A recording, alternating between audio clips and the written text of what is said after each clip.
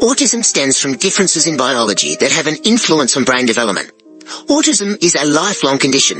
That doesn't mean that children can't make significant improvements in their language and social abilities over time. They can, just like all children. But children don't just grow out of autism.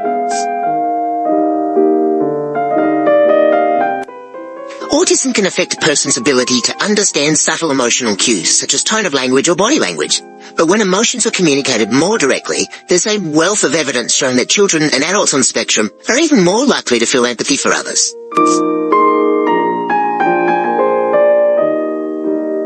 Social interaction difficulties and anxiety can sometimes mean that making friends is a struggle.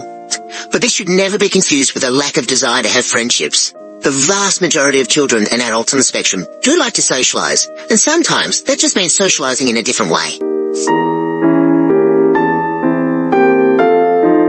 It is true that around 10% of autistic people have skills such as maths or drawing that are of extraordinary ability, but this is really just a small proportion of the full numbers of individuals diagnosed with autism. It's best to look past this caricature and see the extraordinary human that lies beyond the diagnosis. 100% categorically no.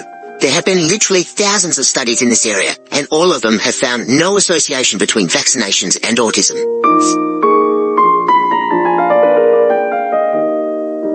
The assumption that people on the spectrum don't have a sense of humour is absolutely false. Probably the funniest conversations I've ever had have been with autistic kids and adults, and they absolutely run rings around me telling jokes.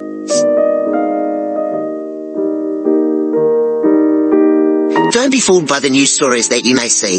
There is no evidence that individuals on the spectrum are more violent than the rest of the population. None.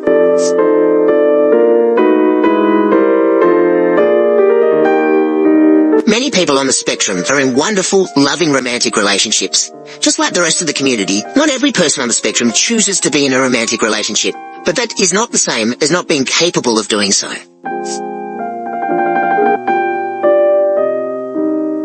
Many people on the spectrum have intellectual disabilities, and also many do not. Just because someone may have communication difficulties doesn't mean that they also have intellectual disabilities. What it means is that we have to assess intelligence in a different way, a way that doesn't rely so heavy on communication skills.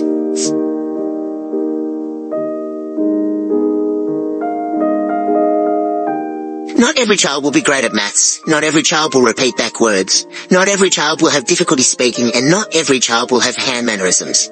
Every child and adult on the autism spectrum is different, full of their own unique talents, personalities, and yes, challenges. The label autism doesn't mean one thing.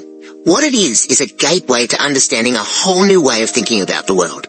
And those children and adults are to be cherished for that fact.